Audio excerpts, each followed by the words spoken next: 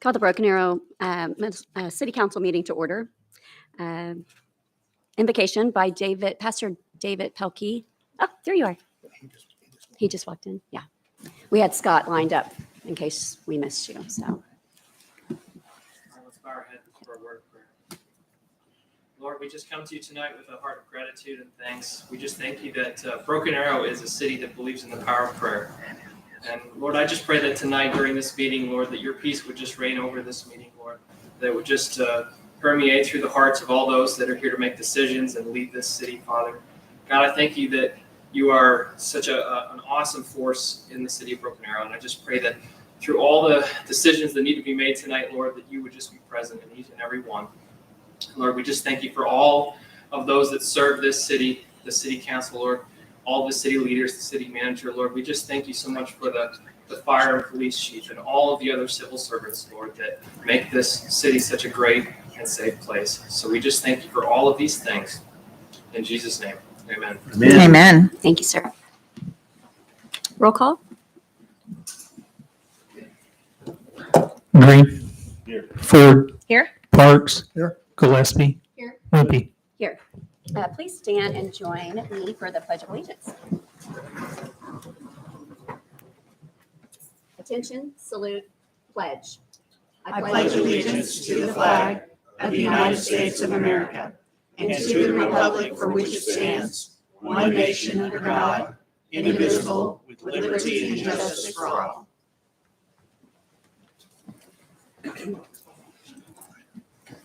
We have items P and Q to be pulled for discussion. Are there any other items to be pulled? Move to approve the consent agenda minus items P and Q. Second? We have a motion and a second. Roll call.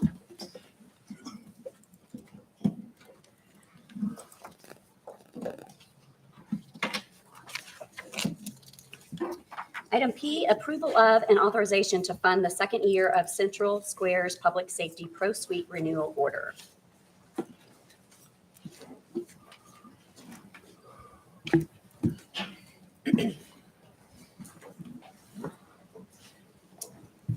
Good evening, Mayor, Vice Mayor, City Councilors, City Manager. I'm Scott Carr, the Director of IT for the City of Broken Arrow. I have a few slides I'm going to speak from tonight, but I'd like to, before I jump into that, go back to when I first came to the City of Broken Arrow just about 3.5 years ago.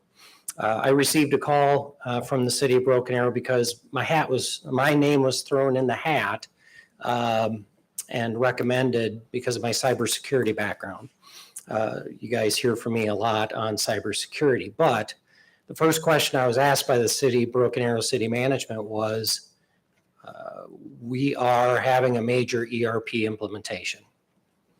And I said, well, I've got 30 years experience implementing ERP systems. What I didn't realize was the City of Broken Arrow chose to implement them basically all at once. It takes about 18 months to up to 3 years for a successful ERP implementation if the planning is done right. And so when I walked into it, I said, well, it's difficult, but with the right kind of planning, it can be done. And what I mean by that is it's possible to change your tire on your car while you're driving down I-44. It just takes careful planning to be able to do it. Yeah. So I'd like to just give a little bit of background on where we're at. Our public safety ERP is Central Square Pro Suite status. Pro Suite, and I'm giving the status. But first, I want to talk about 75% of ERP implementations fail. 75%. There's 3 things that you measure a successful project on. One is the scope, everything that you have to accomplish.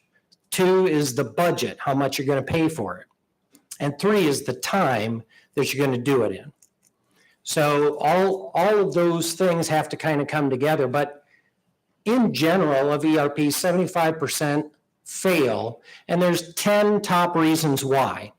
I'm not necessarily going to read all 10, but I can assure you that all 10 are the responsibility of the organization implementing the ERP. The first few, failure to set up realistic expectations, failure to embrace change, lack of commitment by key stakeholders are all super important. Those are the top reasons for failure.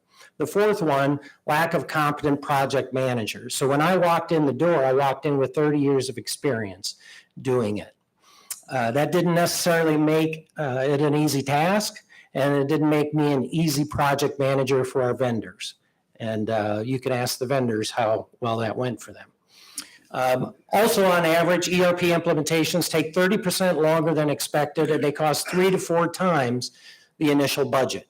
We have a lot of examples that we can point to, some even in our area, of people heading down the path to implement a major system like what we've done for public safety.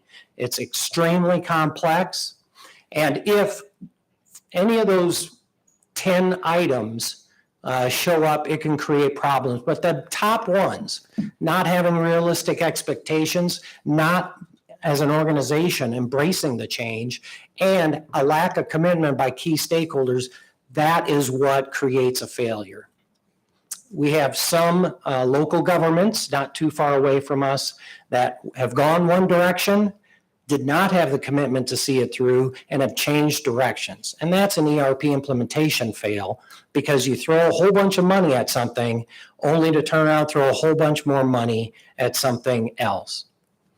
So with that, I want to address what an ERP system is. For Central Square Pro Suite, you can think of it as one thing. And in fact, in a later slide, I show it as a box. It's just like one thing. But it's one thing, like a marching band is one thing. And a marching band up here, a Broken Arrow marching band, is successful because all these individuals work together. And that's exactly what has to happen with an ERP system like Central Square Pro Suite. So are there going to be problems? Yeah, somebody's going to turn right instead of turning left. Somebody's going to miss their cue. Somebody's not going to play the music right. One of the other things I said when I first came in about the City of Broken Arrow's ERP implementations is it's going to be messy. There's going to be a mess, but the good news is we'll clean it up as we go. And I want to say that we've done that. So up here is a very high-level overview. You can see Central Square Pro Suite as one thing, even though it's not one thing. And everything that it integrates with, Tyler Technologies Encode is our court system. That was a pretty important piece, part of an ERP solution. Tyler Technologies Brazos, that's our e-citations software. So Central Square is not even fully encompassing everything that our police department or public safety has to do. And then beyond that, we have all these external systems that it has to connect with. So we have integrations to all of these systems. And then Esri, the one in yellow, that's our GIS system. Esri is depicted as one thing as well. It's its own marching band. And if you recall, our closest unit routing as a great example. After we went live, we had a lot of little things happen with that. Well, they're very important things, and we had to chase every single one of them down. A lot of them had to do with our GIS system, and it didn't even have to do with our GIS system being incorrect. City of Broken Arrow has some addressing challenges. If you've lived here for any length of time, you'll soon come to find out that sometimes we have a street named 2 different names. Or three. And there's a street in Broken Arrow that has 4 different names. And we have actual streets where the numeric numbering of the houses on that street are not in order. So we have data challenges with our GIS. Now, it is true, we did have some problems with dirty data in our GIS system as well. Not unusual. We crossed 2 different counties. So between Tulsa County, between Wagner County, and the data we receive from INCOG, there's a lot of things to do to clean up our data. It became important that our Esri system have a lot of work, much more work than we probably ever thought it was going to need, because the assumption on Central Square Pro Suite is we get data that's right. And so there was a lot of issues with that, and it had nothing to do with Central Square Pro Suite, but Central Square Pro Suite didn't necessarily work right because of that. To give just a little bit of history, we had an initial delay as far as actually even accepting the public safety ERP because we wanted some additional scrutiny on Central Square. And so that was a city management decision. Originally, it was something that was supposed to be looked at in December 2019, and we would push the pause button. I came in the door, and I was part of that scrutiny, and especially from the cybersecurity side. City Council approved Central Square Pro Suite on May 19th, 2020. It had a 9-month window for us to even get on the schedule, on the calendar for implementation. And so we had an adjusted target go live date. It ended up being June 2022. If you do the math, it's actually February. But then because it had to plug into other things that needed to also be able to be plugged into, those vendors created some of the delay as well. And that's also true with some of the third-party vendor integrations we had to do. The Central Square implementation wasn't necessarily right on Central Square's part. And so we challenged that. That was Steve Bradley and I. We were the heavy arm of the city of Broken Arrow. And so between that and our legacy costs, Central Square had to waive about $200,000 in costs that we normally would have had to pay. So we got $200,000 back. And then City Council approved a mutual settlement agreement for, I believe it was 4 things, I'll say 4.5, that were promised that just weren't possible. And we had $145,000 and some change waived because of that. So $345,000, almost $346,000 came back or didn't leave the city of Broken Arrow as part of that project.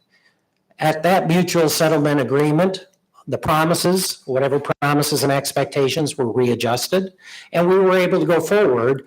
Just a few weeks later, we went live on September 27th, 2022, which is not quite a year from today. So for this past year, we had some things that we had were planning on getting post go live that had nothing to do with any of the issues that I've mentioned, but they were just post go live issues. Some of those were integrations and some of those were deliverables that would come in later versions of the software. But overall, after September 27th, we transitioned to normal support. And so we are in a normal support mode currently with our public safety ERP. That doesn't mean everything's perfect. That means we got to the starting line of using a system. And every single system here for the city of Broken Arrow is a day-to-day effort. So we have weekly, for public safety, we have a weekly action status meeting, and that's with police and fire. And every single issue that they have, IT is there, we examine them, we triage it, we solve many of them that come through that meeting. We have a bi-monthly status meeting with Central Square. So we meet with them every 2 weeks to go over any issues we need to hand to them. And we do have some issues, and we do hand it to them. Half the issues, as I mentioned, are internal, resolved by IT. And some of the issues, a few here and there, require Central Square to write some software to fix. And so those go into development, and they're delivered to us through later releases. We currently only have 9 open issues with Central Square. And by comparison, we currently, with all of our Tyler technology systems and ERP systems, we have 33. About a third of those are actually Tyler Encode and Tyler Brazos issues, so still within that kind of orbit, you might say. So that's kind of my overview, and I'm happy to answer any questions you may have. Well, I think actually Vice Mayor and I both asked for it to be taken off, and I'm glad that you're staying on top of it. It sounds like it's going very well. Sounds like kind of better than you thought maybe at this sort of time, or? Well, things can always be better, but they sure can be a whole lot worse. I'm very pleased with where we are at. If you go through, and some of this hits the news, some of it doesn't, but you look at what other cities face or have to do. And it is difficult for those local governments to actually get anywhere forward. We are in a very fortunate place. We were a little bit later than we thought we were, but in terms of what we actually paid directly to Central Square, we actually paid them less. And so from the overall standpoint, I'm quite pleased with that. Well, I like the accountability that they're giving to you and that you're meeting with them every 2 weeks and to stay on top of it. I think that's important. Yeah, it is. So many times cities will buy things, they'll have warranties, and then they're still in a closet and the warranty's expired. So I do appreciate that because it is a lot of money. But more importantly, it's also our officer and firefighter safety that I want to make sure that we stay on top of. Yeah. Yeah. And I appreciate that too, because I've sold hardware and software, and they always blame it on each other. It's not a software issue, it's a hardware issue, and it's not a hardware issue, it's a software issue. And so I do appreciate that they're willing to meet with you biweekly because, transitioning to a new software is, I don't know of any company or government agency that it's a simple thing to do because it's never what you think it will be. It's hard to take the beating heart of an organization and Yeah. replace it while the organization keeps moving forward. Right. Yeah, it'd be great if we could just shut down Broken Arrow for a while and just we can work on that. Let's do no crime for a Can't while. do that. Yeah, no crime. That'd be awesome. So, but yeah, I appreciate the details. That's Yeah. good. Yeah, and I think our citizens actually appreciate it too. And they may not even know all this is happening. Yeah. So it's good to let them know how much work is being put into it and how diligent that the police department, fire department, and the IT's working together. Right. Anything else? Yeah. Thank you, Scott. Thank you for your time. I'll make a motion to approve item P. I'll second that motion. We have a motion and a second. Roll call. Green, Yes. Ford, Yes. Parks, Yes. Gillespie, Yes. Wimpy. Yes. Item Q, approval of and authorization to purchase one used transit passenger van with ADA package configured with passenger side mounted lift from National Auto Fleet Group.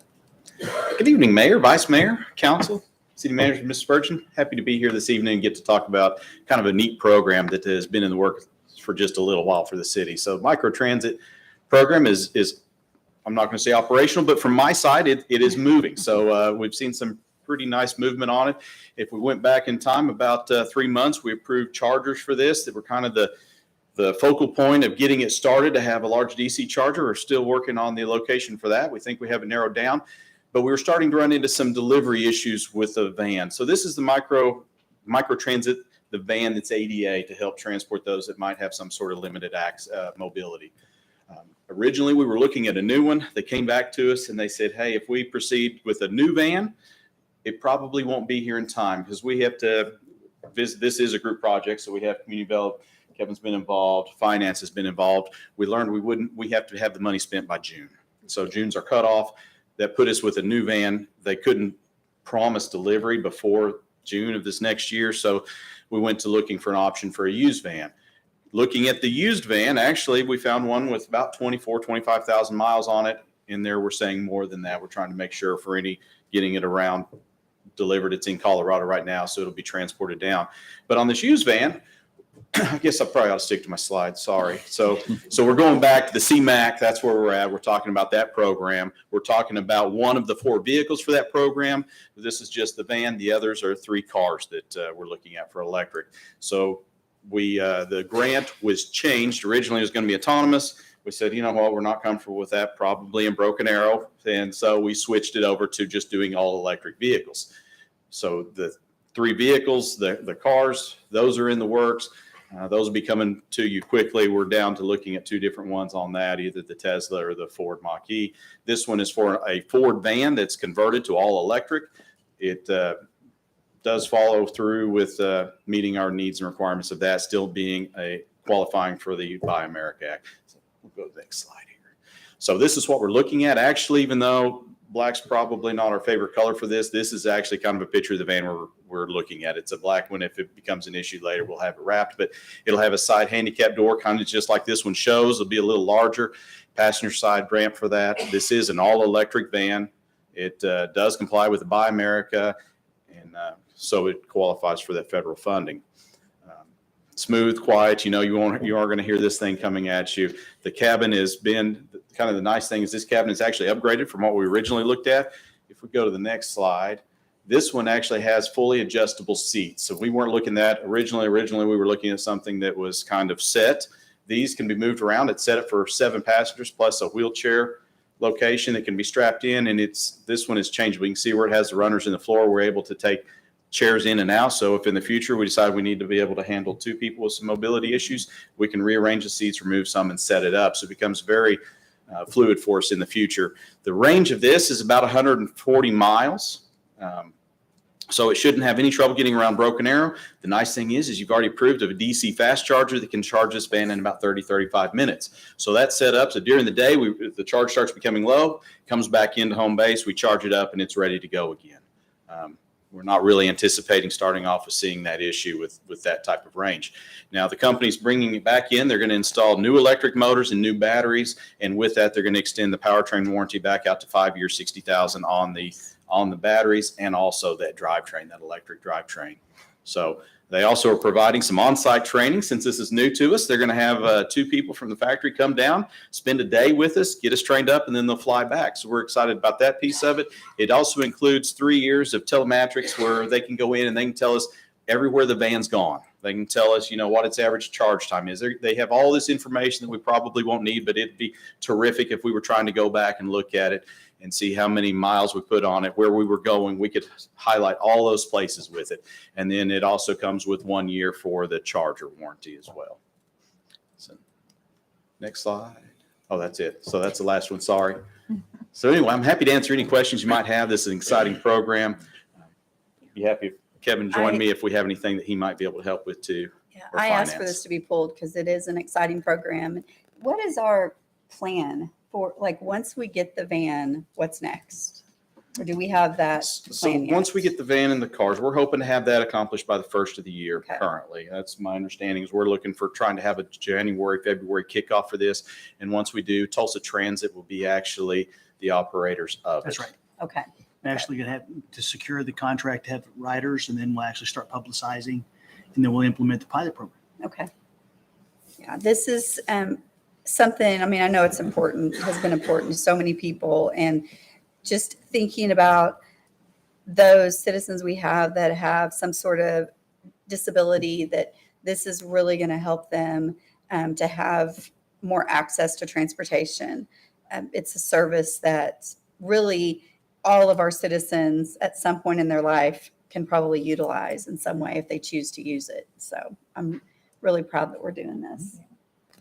I recommend council approve the van because of the timing, and I'm very comfortable if Ryan says this is a vehicle's good to go, then I recommend it to council. I'll make a motion to approve the purchase. Thank you, Ryan. I'll second. We have a motion and a second. Roll call? Green, Yes. Ford, Yes. Parks, Yes. Gillespie, Yes. Wimpy. Yes. All right. Item 7, public hearings, appeals, presentation, recognitions, and awards. 7A, approval of and authorization to execute a proclamation declaring the week of September 17th through the 23rd, 2023 as Constitution Week. And I am going to allow you to read the proclamation. Oh, thank you. Since it's your chapter. Well, I am so proud of this. And what I'm going to do is I'm going to read the proclamation and then have the members of the Daughters of the American Revolution come up. And I am actually a member of this Broken Arrow Creek chapter. So I'll just start here because and I'm going to read one whereas, and then the rest of them, I'll just read what was after the whereas. Whereas this Constitution Week celebration was started by the Daughters of the American Revolution. In 1955, Daughters of the American Revolution petitioned Congress to set aside September 17th through 23 annually to be dedicated for the observance of Constitution Week. The resolution was later adopted by the U.S. Congress and signed into public law on August 2nd, 1956 by President Dwight D. Eisenhower. The Constitution of the United States of America, the guardian of our liberties, embodies the principles of limited government and a republic dedicated to rule by law. And September 17, 2023 marks the 236th anniversary of the framing of the Constitution of the United States of America by the Constitutional Convention, and it is fitting and proper to accord official recognition to this magnificent document and its memorable anniversary, and to the patriotic celebrations which will commemorate it. Public Law 915 guarantees the issuing of a proclamation each year by the President of the United States of America designating September 17th through 23rd as the Constitution Week. Therefore, Deborah Wimpy, our mayor, by virtue of the authority vested in her as the mayor of City of Broken Arrow, does hereby proclaim the week of September 17th through 23rd as Constitution Week and ask our citizens to reaffirm the ideals the framers of the Constitution had in 1787 by vigilantly protecting the freedoms guaranteed to us through this guardian of our liberties. It's so exciting. So let's go ahead and have our members, and we have, as you come up, I thought maybe someone might want to talk about this bell that we have here, and we'll have a picture. And if everyone wants to come down and have a picture. Thank you for your welcome. We appreciate being at the council and hearing the proclamation and knowing how important Constitution Week is. Denise Webschlager is our regent, and so I'll ask her to make her remarks. Our United States Constitution, 4 pages, 4,400 words, 7 articles, 27 amendments, 39 signatures. Living in freedom is priceless. So we honor our Constitution every year. And on September the 17th at 3 p.m., bells across America will be ringing everywhere for 1 minute to honor our Constitution. So if you hear bells ringing, if you have one handy, ring it real loud. And smile, because we do live in a land of freedom. That's right. Yes, we do.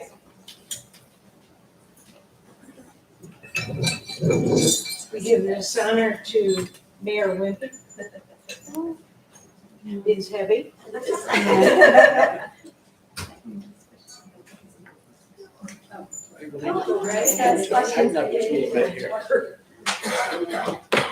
It's really loud.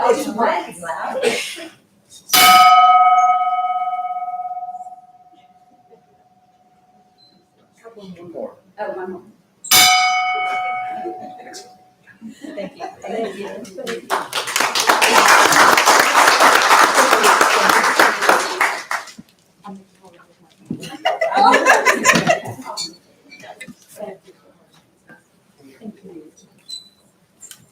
I might remind the council that every year we take our youth city council to Washington DC. And one of the requirements, well, there's 2 requirements. And the first one is they have to visit the National Archives and the Constitution and original documents. So we make sure that our youth prioritize that and put it right at the top of the list. Next thing they have to do is go to Arlington Cemetery and spend a half a day. But we honor and we make sure that our youth honor the Constitution of the United States. That's right. Which brings us to our next item. Excuse me, Mayor. Make the Yes. motion. Oh, We need a sorry. motion. We're just moving right along. I'll make a motion to approve and authorize the execution of the proclamation. Second. We have a motion and second. Roll call. All right. So Lori Hill was going to come up and tell us a little bit about the next item. But these gals are kind of special to me, so I'm going to go ahead and share. 7B is the presentation by Youth on Guard. And Johnny does such an amazing job every year when we go to DC. I don't know how anyone, our seniors get to go to Arlington Cemetery. He was a youth on, you weren't a youth on guard, but he was an old guard. He was an old guard. Yes, but you were young, yes. And so he gets to share those stories of being at Arlington, and it's just priceless. But so we have the Youth on Guard now that these two ladies are going to come up, and they're going to do a brief presentation about the Tomb of the Unknown Soldier reenactment that takes place at Floral Haven. So, Bailey, you guys want to come up? So they do the presentation, the reenactment, every Memorial Day. It begins after the 10 a.m. ceremony on Saturday before Memorial Day, and it goes 24/7 until 5 o'clock on Monday. So. Alrighty, good evening, ladies and gentlemen of the council. My name is Ashley Sutherland. And I am Bailey Lunsford. We are the head instructors for Youth on Guard. Slide. I don't know, we control slides. There we go. To give you guys a brief history of Youth on Guard, or the reenactment of the changing of the guard at the Tomb of the Unknowns. In 1995, the Military Order of the Purple Heart was looking for an organization to conduct this reenactment. They reached out to a local youth program, and the youth program accepted. And so since then, it's continued to grow and evolve into what we know as the reenactment today. In 2021, Youth on Guard became a private entity. That way we could open it up to more youth in the community instead of just that one program. So today it's open to all youth with a mindset of honor, no matter which organizations they come from. Our reenactment goes for 54 hours straight, Saturday of Memorial Weekend through Monday of Memorial Weekend. The youth will conduct the reenactment through the hottest parts of the day and the darkest parts of the night. We always welcome any visitors at any time just to come experience it. It really is a different experience in the middle of the day versus the middle of the night. Slide. So our training, it starts in January and leads all the way up to that Memorial Day weekend. The trainees throughout that time commit over 100 hours of weekly trainings and also additional time to practice at home. The training consists of physical exercise, drill movements, rifle movements, marching, as well as leadership, character development, and the knowledge of the Tomb of the Unknown Soldier and the Youth on Guard programs. During this time, trainees are evaluated multiple times on their performance throughout the training season to make sure they're at the right level. So by the time Memorial Day weekend comes around, we are performing at the standard of perfection, just as the Tomb Guards in Arlington do. Next one. So for the ceremony, when the sentinel gets on the track, they will march 21 steps down the track, turn towards the tomb, wait 21 more seconds, turn down the track, change shoulders away from the tomb, and wait 21 more seconds, and then repeat this process. The reason why this 21 is brought up so often is because it is in reference to 21 gun salute, which is the highest honor that can be bestowed upon a military member. We try to incorporate this 21 as many times as we possibly can throughout our ceremony, training with our sergeants and sentinels. Slide. Our mission is to remember, honor, and heal. The Tomb Guard motto is that a soldier never dies until they are forgotten, and Tomb Guards will never forget. We've adopted that. Not only are we remembering the ultimate sacrifice that the unknowns gave, which was their identity, but also the veterans whose stories will never be told. So we want to remember all of that. The Sentinel's Creed is the oath that the Tomb Guards essentially swear whenever they go through training and are conducting their performance or their duty. And line 6 of that creed is that my standard will remain perfection. Our youth, through striving for perfection, just like the Tomb Guards do, they learn about duty, honor, and respect. And we strive to shape those youth into young men and women whose character and actions reflect the honor that the unknowns deserve. Next is to provide a place to heal and a place to grieve for those who are unable to visit Arlington National Cemetery. That is quite a far place away. Some people will never be able to go there. But we want to provide that local place where they can come to heal. Slide. Thank you all so much for your time. We really appreciate you allowing us to present. Great, thank you. I was going to just share, what age, can you tell what age you guys start at? So historically, our sentinels range from about 12 to 21 years old. The average age is around 15 to 16. 12-year-olds committing and serving like this is impressive, and you guys do an amazing job as instructors.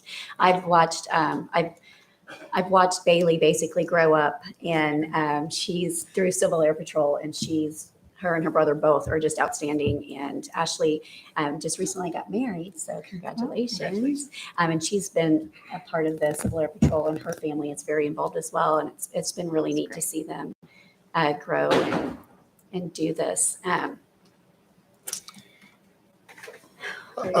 will say that I had, of course, the Tomb Guards were part of the company that I was in, Honor Guard Company. I was actually a United States Army casket bearer in that company, but they were good friends of mine. And you talk about very rigid, very complimenting. Well, all of Honor Guard is very complimentary of the military and respectful, never losing military barons, never embarrassing situation.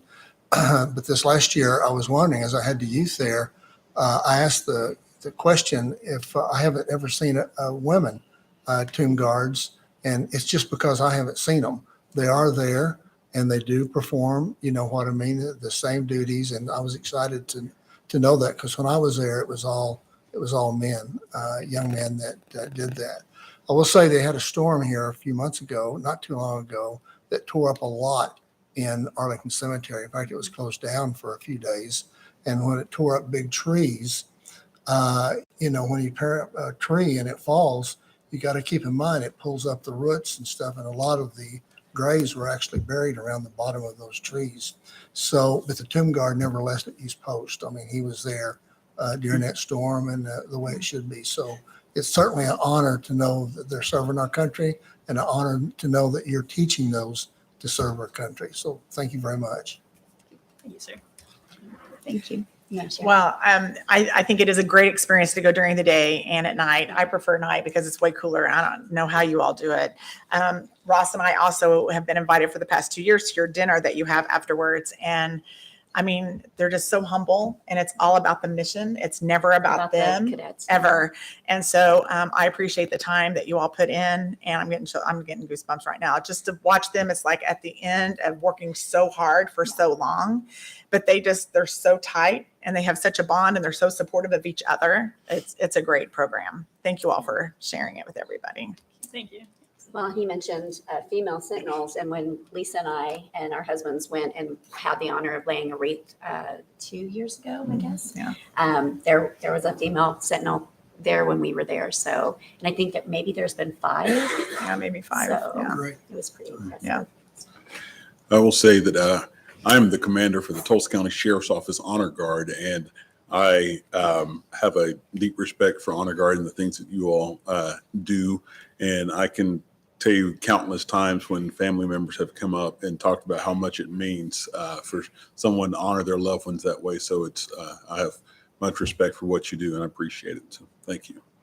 And then how can someone, if, because now people will be able to see this, and they may have a student or, a son or daughter that wants to get involved, where can they go to get more information and maybe join you guys? So that'll be youthonguard.com. Our application season is about to launch. Priority deadlines will be November 30th, but we'll accept applications all the way up to December 31st. Okay. So we'll make sure to share that as well. So, thank you all. Just Thank so it's known, the application is open to any youth and any adults that may want to volunteer as well. That's right, up to 21. Yes, ma'am. But if anybody's interested in volunteering with our program during Memorial Weekend, they're more than welcome to submit an application too, and we'll reach out to them. Awesome. Thank you, girls. Thank you. Thank you. Thank you. Thank you. 7A, presentation from the Oklahoma Turnpike Authority on recent project updates. Lori Hill. Or, Actually, she turned it over to me because, oh, so okay. I guess we didn't tell you, sorry. No. I apologize. So a few months ago, I had the honor of, I had some questions because I live right on the Creek Turnpike. And so I was so impressed because I reached out to our deputy director, is it Ashell? E. Kelly. E. Kelly. I knew It's that okay. too. I knew that because E. Kelly, dang it. So Joe E. Kelly. And just to ask a few questions about things along the Creek Turnpike. And not only did he answer them, but he said, why don't I just come to Broken Arrow and we'll go over all this? I was like, that would be great. So, but he mentioned that, I'd like to come and update the council on things that are going on. And so here you are. Thank you so much. Well, thank you for having me here, Vice Mayor, Mayor, and City Council. I just would like to just do a little brief introduction, talk a little bit about the history of the Turnpike, maybe just a few minutes, and then talk about what we've just finished, what we're talking about starting, and give a little bit of a project update specific to this area of Oklahoma, because we serve a lot of communities, we serve a lot of traffic, a lot of people who are visiting our state, and so I'd like to just kind of touch on some of those things. The Turnpike Authority was created in 1947. We were created to build the Turner Turnpike, and you've all heard at some point that part of that creation was we're going to build this Turner Turnpike, we're going to sell some bonds, we're going to pay them off, and then it's going to suddenly become free. It's amazing. The Turner Turnpike is just as free as the driveway that you drive out of in the morning that you had to pay for, the city streets that you drive on that you pay taxes for, and the state highways and interstates, the U.S. highways, all have a cost. You have to picture what Oklahoma looked like in the 1940s when the Turnpike Authority was created, and then in 1953 when the Turner Turnpike opened. Only a third of the highways in the state had a solid surface, meaning it had asphalt or some amount of concrete. Another third of them had gravel, and the other third were dirt. Okay, so we had and some highways didn't even exist. In fact, you can go look at old maps. There's a lot of areas of Oklahoma where a highway that you're used to driving today, maybe not necessarily here, but in other areas of the state, that didn't even exist. Turnpike Authority was created to build this major connection between Oklahoma City and Tulsa. We, that very first year, carried about 750,000 cars. Right after the turnpike was opened, the rest of the state wanted a 4-lane divided highway. So the legislature came up with an idea called cross-pledging, where we treat the turnpikes, instead of individual turnpikes that have to pay for themselves, we can cross-pledge and treat it like an entire network. So in Oklahoma, there are really two ways to fund the public transportation roadways, and that is through either taxes or through tolls. The last time that an increase in motor fuel tax came before the people, it lost by the largest margin that had ever occurred. I think it was 87% voted no when presented with an option to raise the motor fuel tax in Oklahoma. So we still have to have these roads. We still have to provide them in some way. So that cross-pledging here in Oklahoma allows us to build and improve on those toll roads. Through the 1950s, additional lines in statute were added to build new roads. The Will Rogers Turnpike, later the Cimarron Turnpike, the H.E. Bailey Turnpike, and the Indian Nation Turnpike, the Muskogee. You get the idea. All the ones that we have built today, and additional routes that have not been built and probably won't be, because at the time that they were added in statute, a road didn't exist. And since that time, the Department of Transportation has gone in and built a nice, sturdy 4-lane divided highway someplace, and we're not going to go build over the top or build right next to an existing facility. So that's kind of the reason that the OTA exists. We work in concert with ODOT. When ODOT identifies a need that they can't fulfill, the Turnpike Authority traditionally and historically has stepped in to build that facility, then charge a toll to pay for it. You're paying for roads when you fill up with a tank of gas or pay for your registration, and in a lot of cases that spreads over into other taxes that you pay as well. When you drive on a toll road, you chose to drive on it, and the only way you rack up a higher toll charge is because you drive more miles. It's totally optional. There's always another way around if you don't want to drive on toll roads. That exists. So that's just a little bit about the history. When we first opened the Turner Turnpike, when you left Oklahoma City, it was 32 miles. to the first exit at Chandler. When you left Tulsa, it was only 5 miles to Sapulpa. There was a gate there. But there was a 30-mile segment. There wasn't an interchange at Wellston that exists today, and the one that's at Hogback Road, just a few miles down the road, and the one at the Kickapoo. None of those existed. And really what has made our ability to build interchanges where they need to be has been cashless tolling, and our transition from having to have a brick and mortar toll booth and all the things that go along with that. That's an entire remote office. When you see a toll booth, there's air conditioning, there's heating, there's plumbing, there's wastewater, there's clean water, there's all the things, power, and then there's staffing of that in perpetuity. As we have in recent times started to modernize the old toll plazas, and one right down here at the State Highway 51 on the Muskogee Turnpike is a good example. Those cost anywhere from $10 to $30 million just to rebuild one of those. Then we still have to staff it. In our most recent operations report from last month, about 90% of our tolls are collected through Pike Pass. The other 10% is just about an even split between cash and the most recent new thing that you may have seen in the news, Plate Pay, where we take a picture of the license plate and collect the toll through an invoice. That ability to change from having a toll operated manned booth, which is a major safety concern, to a fully open road situation where we just take a picture of the license plate has allowed us to be able to build interchanges now wherever one should be. So we have a lot of instances across our network where it's a funny interchange that only has access one direction, or there's not one at all and it's at a state highway and there maybe needs to be one. So that's freed up our ability to be able to add those additional interchanges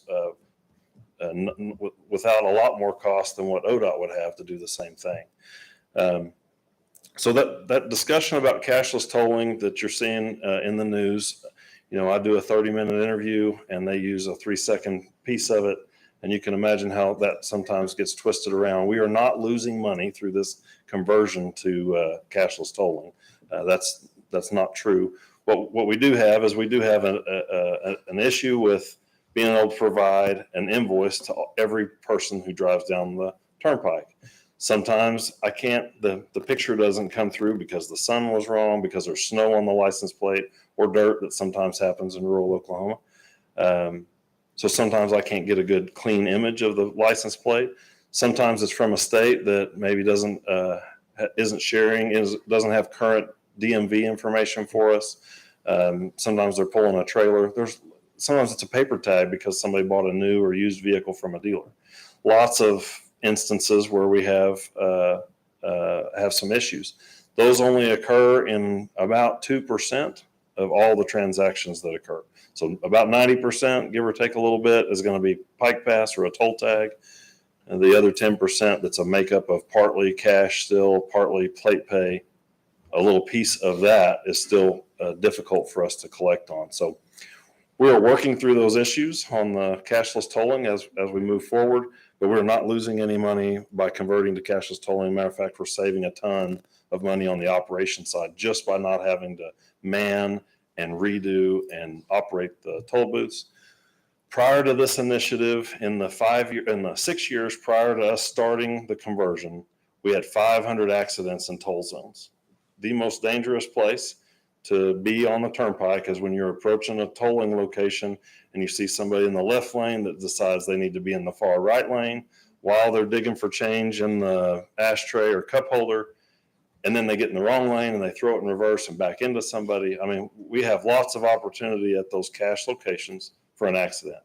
Not to mention, so many people pull up to a cash booth that we still have, and we still have some, and have no cash.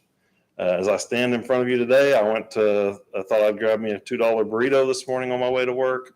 Thought I'd just pay in cash. I did not have $2. I had a credit card like everybody else, but I didn't have cash. And that continues to happen, I think, more and more in our society. We're moving away from carrying cash in particular. So all that about converting to cashless tolling, really the big thing is the new Access Oklahoma program. If you haven't visited our website, accessoklahoma.com, citycouncilors.com. You can see a map there that shows the improvements that we're going to do. I want to talk just briefly about a couple of those and really end up centering right here in Broken Arrow. We're going to widen the Turner Turnpike the rest of the way to Oklahoma City. That has to be 6-lane the whole way. The most dangerous portion of the Turner Turnpike in 2015 was from Kellyville to Tulsa. Now, we rarely have an accident on that section. It's usually in the other 4-lane section, the rest of the 70 miles that's not been converted. So we're going to widen that. We've got a project that's similar on the Will Rogers Turnpike from US 412 up to Claremore. Lots of congestion in that area, accidents. So we're going to work in there to get it widened in multiple phases. There's a pretty significant bridge that goes over the navigable channel right there outside of the Port of Catoosa that will have to be replaced and widened. That's a 70-year-old bridge, so it's due for an update anyway. Getting closer to home now, the interchange that's here on the edge or on the eastern side of Broken Arrow at State Highway 51, where it's a funny interchange. It's one of them that I would call funny because you can only get on one direction and you can only get off the other direction. And if you get off and meant to stay on, now you're stuck. You got to go figure out how to get back on. Cashless tolling is going to allow us to fix that. We've got one of the projects that's in the plan to add the other ramps so that you'll have all 4 connections at State Highway 51. Another project, and one that we talked about quite a bit a couple months ago, is we've got a set of bridges out here that are over Hakey Creek. And the local folks call them a lot of things. We call them the rodeo bridges. They call them lots of things. Those bridges are up for a major rehab. It's been 20 plus years since they were built. I can go into all the detail about why they are the way they are, but I won't. But Come on, we want to know, why are they like? We call it a roller coaster. Yeah. I can explain it. So in the 90s, when that was done, there were some of the very first concrete bridge beams that were being used in our state. Wasn't necessarily new technology, but they were new here.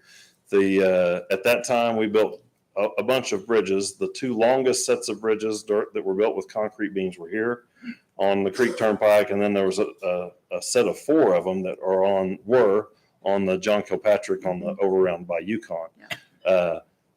The beams have a bunch of camber so that whenever you load them, they get flat. And the thought was that over time, the steel that holds that beam in this curl position would relax. And we have since learned that that does occur, but not to the degree that was planned. So it left a bunch of basically humps in the bridge. So we're going to replace parts of the bridge deck, replace some of the beams. Some of them need to be replaced. What we have found, we did a similar project on the John Kilpatrick over by Yukon, the west side of Oklahoma City. As soon as that happened, we got more truck traffic on the John Kilpatrick. People were avoiding that because it was changing their loads. Today, on my way here, there's always debris on the Hakey Creek bridges, and I know what's causing that. We have to get that fixed, so that's a part of the access program. It's in the design phase right now. We don't have to buy right away for it. I don't know that there's a lot of permitting. We'll need to visit with the Corps about that area because it is a wetland. But we're intent on having that project be one of the very first ones in the access bond program. So that's one that's coming. Another project, not necessarily part of the access program, but I did want to mention, is there is a new interchange that's being designed over by, actually in Coweta, or on the edge of Coweta, edge of Broken Arrow, with Rogers County, all right there, or Wagner County, I'm sorry. And ODOT's a partner, Turnpike Authority is a partner. We've chosen a location of the interchange. The design is moving forward. Right away, the anticipation, visit with ODOT on my way here, they're carrying the project, so they're going to deliver it. We're a partner to it. Right away be bought this next year, 2024. That leaves utilities to be relocated in 2025 and construction in 2026. That's pretty typical of our pattern of things like that. So with that, I think the only other question that I was asked before I came was about lighting on the Creek Turnpike. And when we come through and do additional widenings of that, we will add additional lighting to the main line. Lighting has come a long way. The new lighting, very sharp.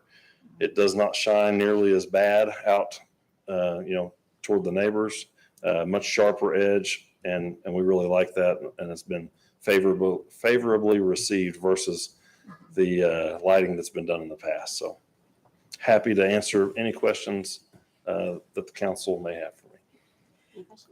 Well, thank you, Vice Mayor, for inviting him. That was good. Now we know why that bridge is the way it is. So I spend probably about $1,200 a year in tolls because I make a lot of trips from here to Oklahoma City. And a lot of mine are actually right after the city council meeting. Normally it would have been tonight, but we don't have a meeting tomorrow in Oklahoma City. And I can tell you in the past 6 years that I've been making that trip so often, I just feel a lot safer because of the lighting and because of the extra lanes. And so people are like, you're going to Oklahoma City tonight? It's like, yeah, it's not a problem. But before I did not want to travel at night. So thank you for those safety changes for sure. Yeah, and I'm excited to hear that you're going to widen it all the way. That'll make my trips even better. Yes. How can I comment real fast to that?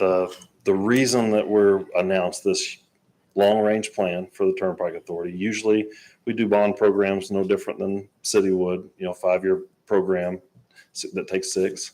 That's typically what we do. When we finished the very first piece of the Turner widening in 2018, the very first question at that time, Governor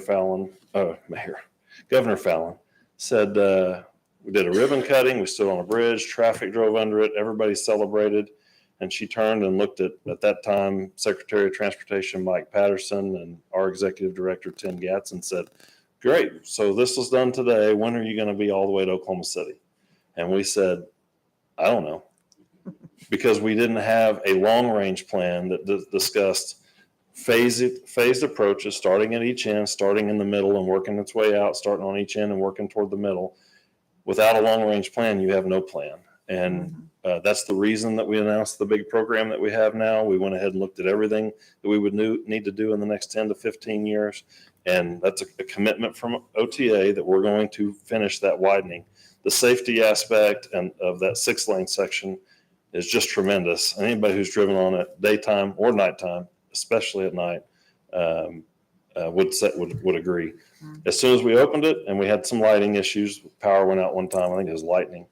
We got a complaint. Well, the lights are out. I can't drive on that. It's too dangerous now. Well, it hadn't been lit for 70 years. Yeah. And we put a light bulb up and now we want all the lighting to work. And so Makes that's a what we're working difference. on. It sure does.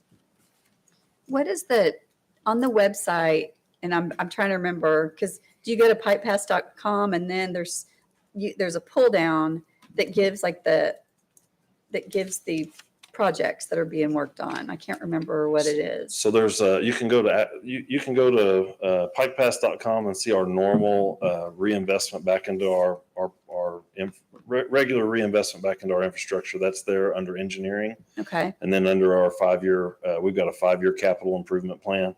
That's just our mill and inlays, bridge rehabs, really the little stuff that we do with toll revenue. Okay. If you want to see the big program, that's at accessoklahoma.com. Okay. Would you mind speaking to it just for a second? When you did go to the cashless tolls, obviously the prices increased for those who didn't have Pike passes. I know I've got a lot of questions about that. Can you speak to that for a moment, if you wouldn't mind? Sure. So You get to pay for equipment, et cetera. there is additional cost to collect that toll. So there's a toll, then there's the cost to collect it. On a Pike Pass, that cost is very small. And I hope everybody has a Pike Pass. If you don't, I can get you one, or you can give me a call, email me. The cost on a Pike Pass is very small. It's just about guaranteed. In order for you to have a Pike Pass, you've got an account. In order to have an account, you've probably set up a credit card that's associated with that. So the losses, the uncollectible, all of the things that have to do with providing a service, the risk is very small on a Pike Pass. Now let's talk about me taking a picture of your license plate. A piece of infrastructure takes a picture. When you see the flash go off, it takes 12 of the front of the vehicle and 12 of the back, all in an instant. Trying to get at least one that's clear of a license plate we can read. Now, most of your vehicle aren't going to have a front-facing license plate, but on a commercial vehicle that's pulling a trailer, that's where we get the registration information from. The computer reads that license plate, says, yep, I can read it. I'm 100% sure it says whatever I think, Oklahoma ABC 123. It goes to manual image review. We have a third party that reads the image, not OTA, but somebody who reads the image. We pay a few cents per transaction for that. They send it back, and now it's a data file. It's no longer really a picture. Now I just know it's Oklahoma, it's ABC 123. Everybody's sure about it. And now I'm able to go and look up that information, look up your registration information, your home address, and now I mail you the invoice. I have to print an invoice that's unique to you. I have to put it in an envelope. I have to put a stamp on it to mail it to you. If you don't pay it, I have to mail it to you again.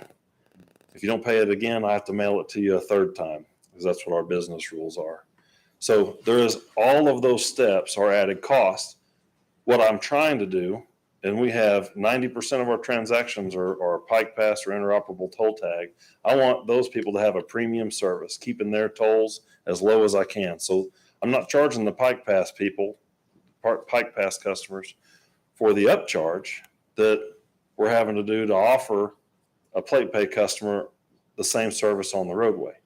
So there's a lot of extra costs associated with that. Of course, there's also the uncollectible and the little bit of leakage that's associated with that. So that's the reason for the upcharge. Of the people who get a plate pay invoice, if they call into 1-800 Pike Pass, we convert about 50 to 55% of them when they call in. We'll say, yeah, I'll just open a Pike Pass account. We take all those charges and turn them into Pike Pass transactions. People save $10, $20, $30 the very first time they call. And that's better for us. That's better for you if you're a Pike Pass customer, which I assume you are. That's good. And so that's the reason for the upcharge there. And it's a long explanation, but we get hit on this a lot, that we're just raising tolls to get more money, and that's not the case. We want the toll money. There's a cost to collect it, and we have to raise the cost to collect it, raise the toll in order to cover that cost, I guess. All right. Anything else? Good info. Thank you so Thank you, sir. much. Thank you for having me. All right. Item 8 is citizens' opportunity to address the council. I'll just remind, by state law, no action can be taken on the topic at the meeting since it's not on our agenda. And we have Mr. John Brandt. Excuse me, Mayor. Yes. Have one item before that. 7D. Oh, I was Rooster going to Day. forget Rooster Days. I'm so sorry, sir. Can't forget. I almost forgot Roscoe. Roscoe. So sorry. Item D, presentation of post-event update for 2023 Rooster Days Festival. Just kidding, Roscoe. Good evening, everybody. My name is Tiffany Shepard. I'm the events director with Broken Arrow Chamber of Commerce, and I am here to give you a brief update on our 2023 Rooster Days Festival. I brought a friend with me tonight, so I'll introduce him officially here in just a second, but I'm going to give you just a brief overview, like I said, of Rooster Days this past year. We saw a little over 31,000 attendees, which was awesome. We saw some growth from 2022. I know we had some date changes and shifts, so we were back in May and we saw some great growth there, which is fantastic. We were able to grow our vendor marketplace. So we had 14 total food vendors and over 120 marketplace vendors, which is fantastic. Our run participants was up over 250, and we had about 70 parade participants. We had the full Pride of Broken Arrow back with us, which was awesome. And then we also had the mounted patrol with the Broken Arrow Police Department. So that was a fun little addition to the parade for us this year. And our entertainers, we had a full 4-day lineup. We saw over 19 different bands or artists join us to entertain the community, which was awesome. Next slide. Some marketing statistics just to kind of show where the dollars go behind that. Griffin Communications is our main really communications partner for Rooster Days. So we had some website banner ads, a lot of impressions there, on-air promotions with radio. We had commercials. And then social media, of course, we reached almost 700,000 followers. So. The big news, so our previous Roscoe was ready to call it quits. So if we hop to the next slide, Roscoe had officially retired. We had a very competitive and strenuous tryout. And we have our new Roscoe with us now, first year under his belt, and he'll be with us for a few years to come. So brand new Roscoe. Moving forward to the next slide, we are back in 2024 in May. We will be the 16th through the 19th, so mark it on your calendars now, and you can join us then.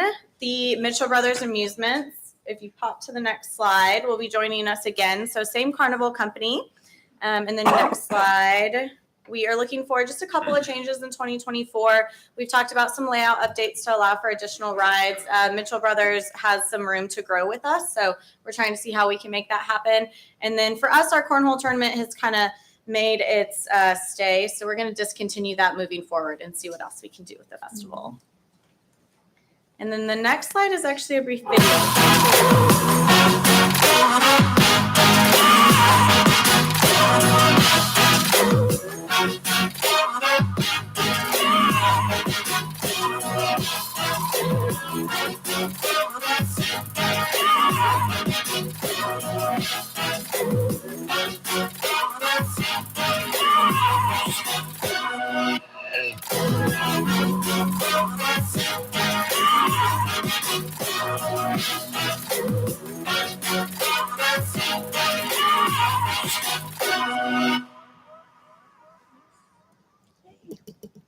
Awesome. That was a fun little video that Venture Films did for us this year. It kind of gives you a brief overview of everything that you can see and experience at the festival. And then, of course, just as a wrap up, we want to just thank the City of Broken Arrow for your continued partnership with us on this festival. We couldn't do it without your guys' help, and we're looking forward to many more years.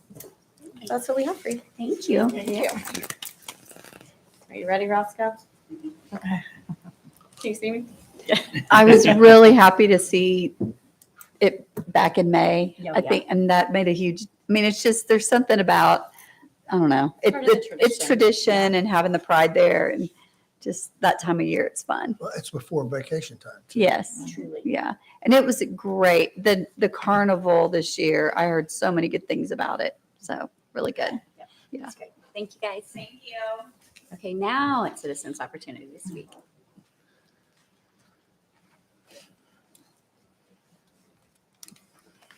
And is it Brandel? It's Brandon. Brandon, okay. Yes. Yeah, Good evening. minutes. Thank you for giving me the opportunity to come down here. The false alarm happens, right? Roscoe had to get down here, so I understand. My thought for being here was I just purchased a home June 30th in Broken Arrow. Been in Bixby for 15 years. And I didn't understand something that I was reading and going through. So my curiosity led me to this point. I called and spoke with Mr. Kevin Mavers, Community Development Director, I believe. Right there. Thank you for your words. Thank you for your help. My thought along the lines are, to sum it up, is I feel like that I'm being penalized for doing the right thing. Okay. And that's for protecting my family and my property with an alarm. That's where all this started from. I get to thinking about it and I'm thinking, well, the tax dollars go into your first responders, for your law enforcement, fire department, ambulance, whether stoplight and see somebody pass out from this heat, you call 911, the services are set aside. And listening to many of these other conversations before I got up here, yeah, the things are set aside this way, and seeing how it works with the council. And I'm thinking, if something comes to the need for first responders to be at my house, I think it's great. Tax dollars are there, right? They're set aside. Police can get there, fire department, ambulance. Then I got to thinking, well, why does it change when I purchase an alarm? I don't understand that. I don't understand. Is there a level of service that I'm not getting that I was getting without the alarm, or vice versa? Because you have to get a first responders permit, intrusion permit, I believe what it's called. First responder intrusion alarm permit. The initial cost is $27, and then it renews every year, $12 or $55 for 5 years.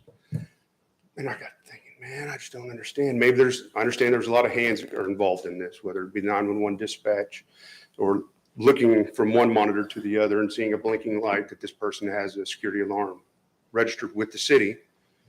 Maybe that initial fee could go, right? I understand that. But I just don't understand the renewal every year for that alarm, for that permit.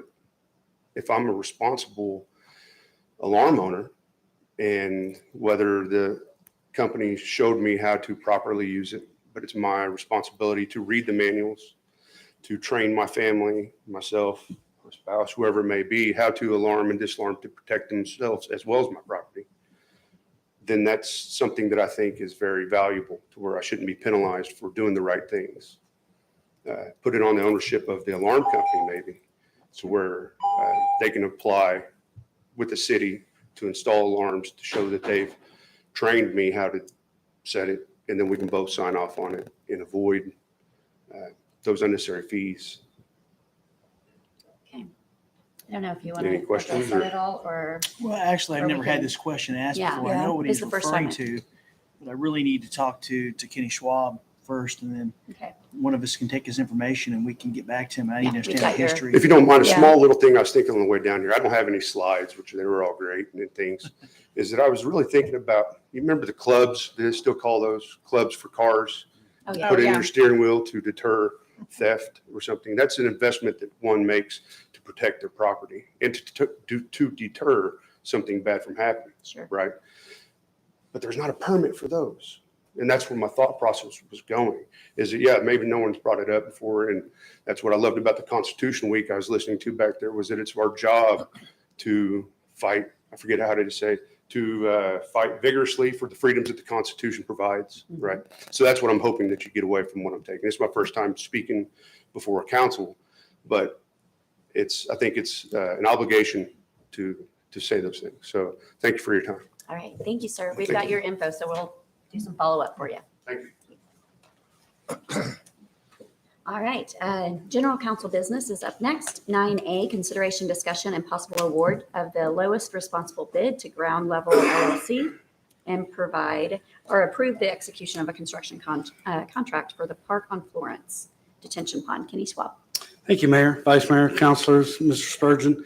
So the item before you is a consideration and discussion and possible action to award a public construction contract on the modifications to a regional detention pond.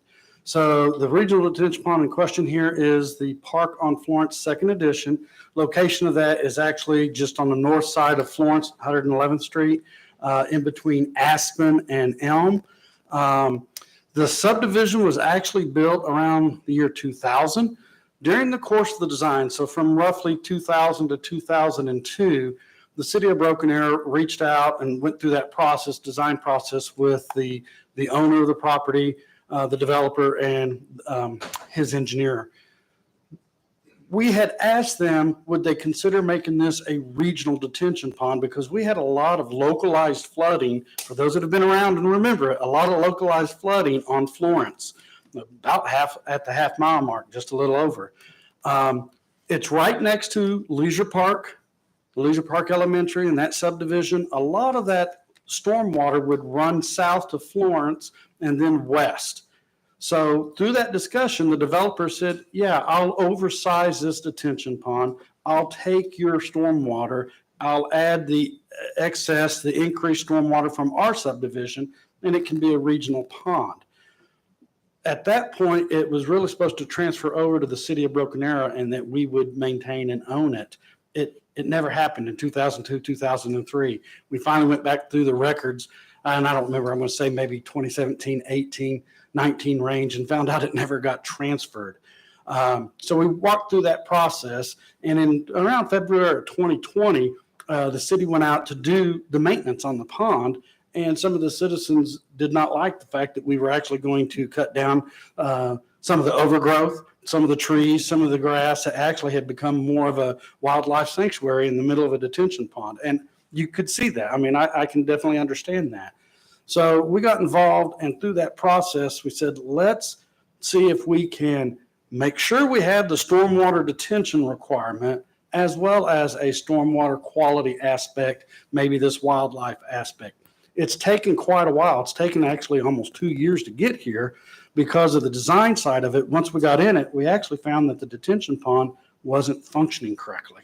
So we've had to go through that process. But today, I'm very pleased to announce we are ready to move forward with the construction. We've had 2 or 3 public meetings. We will have one more.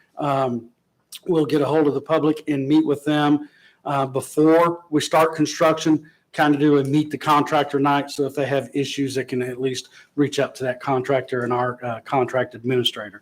But the project is for $323,611, a little bit more than what we anticipated, but well within our budget. And this will actually be to build out the pond, dig it out, actually create more of what they call wet detention. You'll see some water down at the far west end.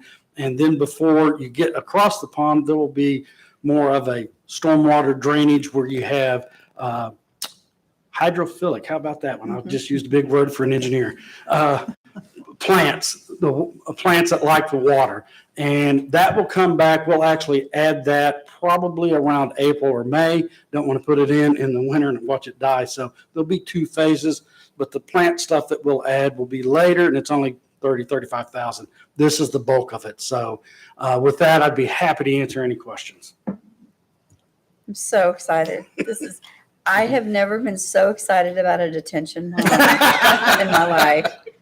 Because we've met, I mean, not just the public meetings, but just meeting with the residents, walking around this pond. And, but it's where I learned so much about detention, and literally just walking around this pond and talking to these people and figuring out the things that are wrong with it. But I think through this process, we've developed a plan of a type of detention pond that we are going to be able to use in the future that is very forward thinking, is very green. Yeah. And it's pretty darn cool. So I'm very excited about this. To your point, we hope this will become more of our standard.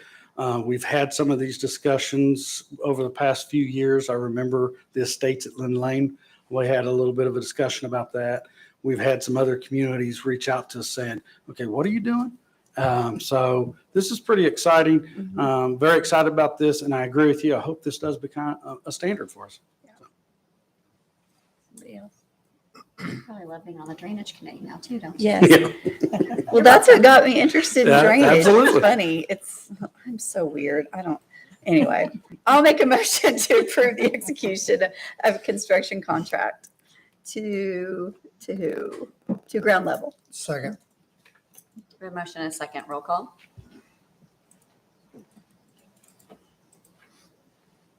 Thank you very much. Thank you, sir. Item B is approval of BAZ 924-2023 rezoning.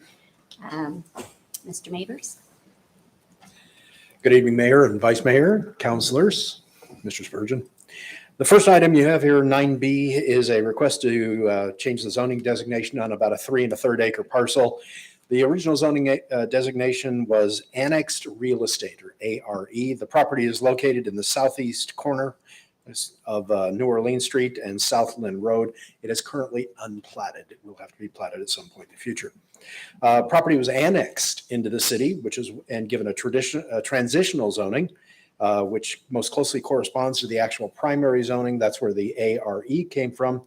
However, the next comprehensive plan, which was adopted in 2019, designates this property as a level 4, which designates future uses as commercial and employment nodes. That's the reason for the zone change. But based on the comprehensive plan and the location of the property, the surrounding land uses as well, staff is recommending that the project be approved subject to future platting. I stand for any questions. I make a motion to approve that particular request. Second. We have a motion and a second. Roll call. All right. Oh, stay there. Item 10, preview ordinances. 10A, consideration, discussion, and possible preview of an ordinance closing a drainage easement on property located 1/4 mile south of Dearborn Street, 1/4 mile east of Aspen Avenue. Again, thank you very much, Mayor, Vice Mayor, Counselors, and Mr. Spurgeon. Item 10A is a request by Mr. Forrest Hest. He has submitted an application to close a drainage easement that's currently on his property. The property located approximately 1/4 mile south of Dearborn Street, 1/4 mile east of Aspen Avenue.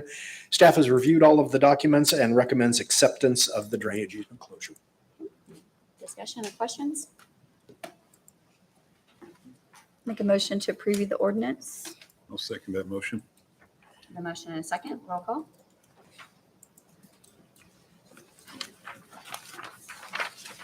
Item B is the emergency clause. That's a preview. That was a Oh, we're Need a- previewing. That's a Just- preview. Okay. Item 11A, consideration, discussion, and possible adoption of ordinance number 3803, an ordinance amending the zoning ordinance of the City of Broken Arrow approving BAZ 2024, along with PUD 288. Again, item 11A and B, they go together, so you'll be looking at both of them at the same time. This is a rezoning case, which was previewed previously. It was approved by the city council all the way back in June of 2019. However, it was subject to platting. The property has been platted at this point. It is ready to move forward with the final amendment to the zoning ordinance, and staff recommends that the council adopt ordinance 3803 and also approve the subsequent emergency clause. Any questions? I'd make a motion to approve ordinance number 3803. Second. We have a motion and a second. Roll call. Item B is the emergency clause. I'd move for approval of the emergency clause in just a minute. Okay. Now, We have a motion and a second. Roll call. Item C, consideration, discussion, and possible adoption of ordinance number 3804, closing a temporary turnaround easement on property located 1/4 mile south of Dearborn Street. Mayor, Vice Mayor, Councilors, Mr. Spurgeon. Again, another simple easement closure that we have before you. Item 11C and D go together. The property owner, Mr. Forrest Hest, submitted an application requesting the closure again of a small temporary turnaround easement located on property located approximately 1/4 mile south of Dearborn Street and 1/4 mile east of Aspen Avenue. The staff has reviewed all the appropriate documents and recommends acceptance of the temporary turnaround easement closure. Make a motion to adopt ordinance 3804. I'll second that. We have a motion and a second. Roll call. Item D is the emergency clause.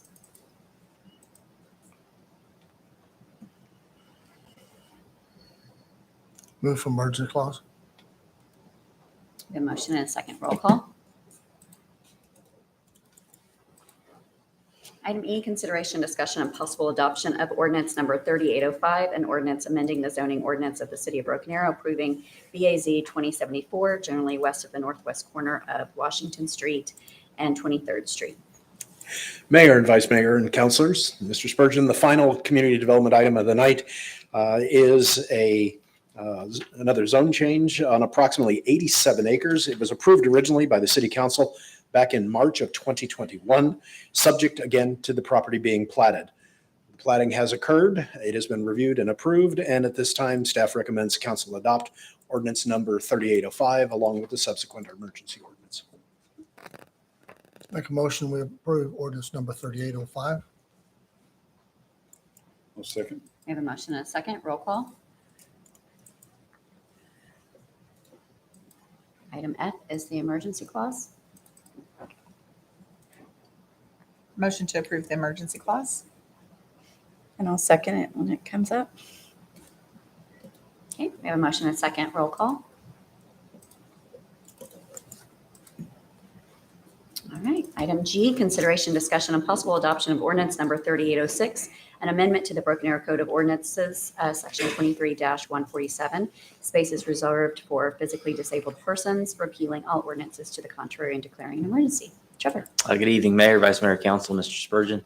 The item before you is the adoption of the parking issue that Officer Chambers addressed last time. Basically, we needed to have our ordinance in line with state law, so it's clear that you can't park, you can't obstruct, leave the striped disabled parking space alone. So we ask that you would approve it and approve the emergency clause. I'm happy to answer any questions you may have. I'll report that I saw a backed-in motorcycle in the striped area today. So I'm like, I still think we need signs, but. Well, we can work on I that. just want to thank Officer Chambers too for going above and beyond and noticing that there was a problem and taking the measures to get it fixed. So Yep. thank you, Officer Absolutely. Chambers. I make a motion to approve ordinance number 3806. Second. We have a motion and a second. Roll call.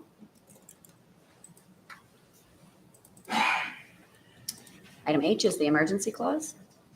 I'll move the emergency clause. We have a motion and a second. Roll call.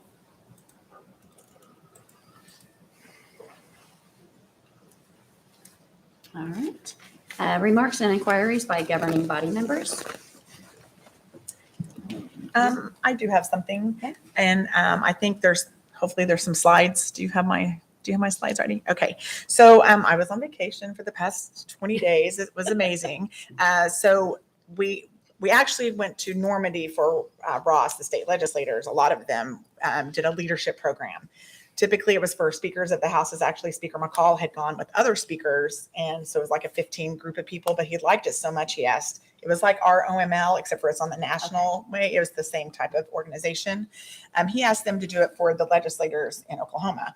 So 47 state representatives, Democrats and Republicans, went, and it was a great leadership experience that they had. And we did some vacationing on the front end. But one of the things, the main thing that was like they were doing was at Normandy, and they just talked about like the war and all the obstacles they had to do and the mission and that type of thing. So as part of that, we got to go to, all the beaches and visit it and hear all the history in the afternoons after they had classes in the morning. So this is a picture of us at Normandy Beach. We actually had the same picture taken about 8 years ago at that same location, but it was a while back. You can go ahead and flip through the pictures, please. So each legislator got a name of a serviceman, yes, that had died, and they were able to recognize them with an Oklahoma flag and also an American flag. And this gentleman, Thomas S. McCune, was from Oklahoma. Oh, wow. And so everyone had Oklahoma people, and they tried to do it in their districts, but this gentleman lived in Tulsa County.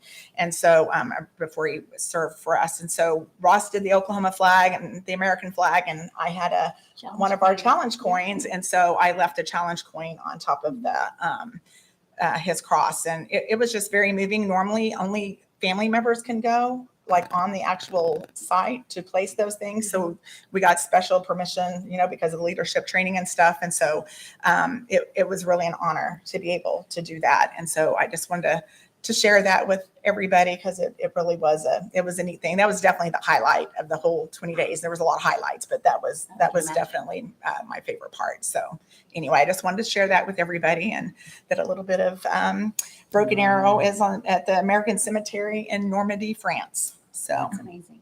there we are. Thank you for sharing.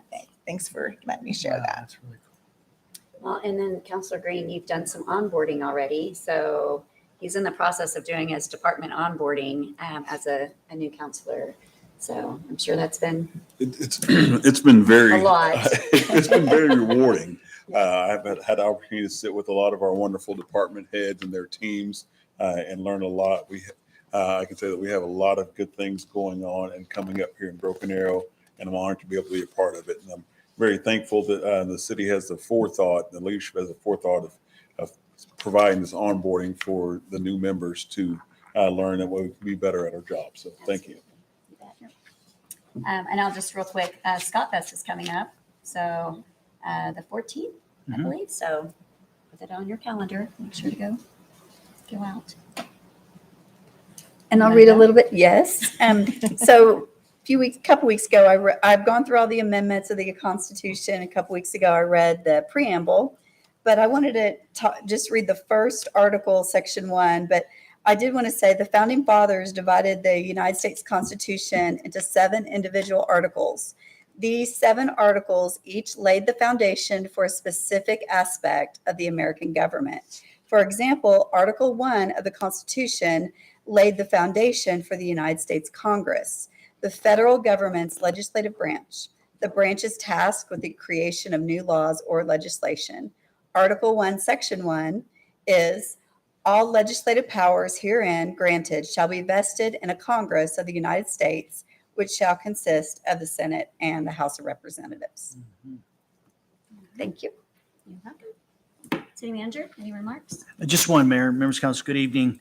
Thank you for all the directors for the updates they gave on the various different activities that are going on.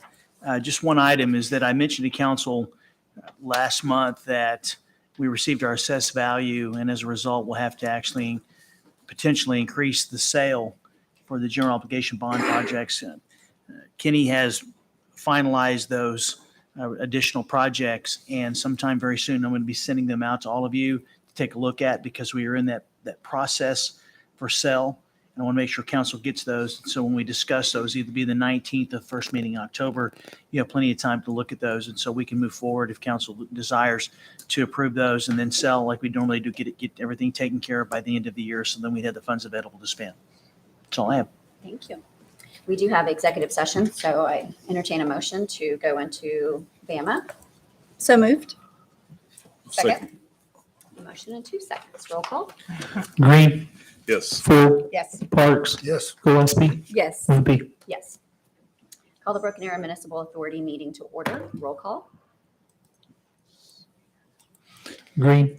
Here. Ford. Here. Parks. Here. Gillespie. Here. Wimpy. Here. Are there any items to be removed from the consent agenda?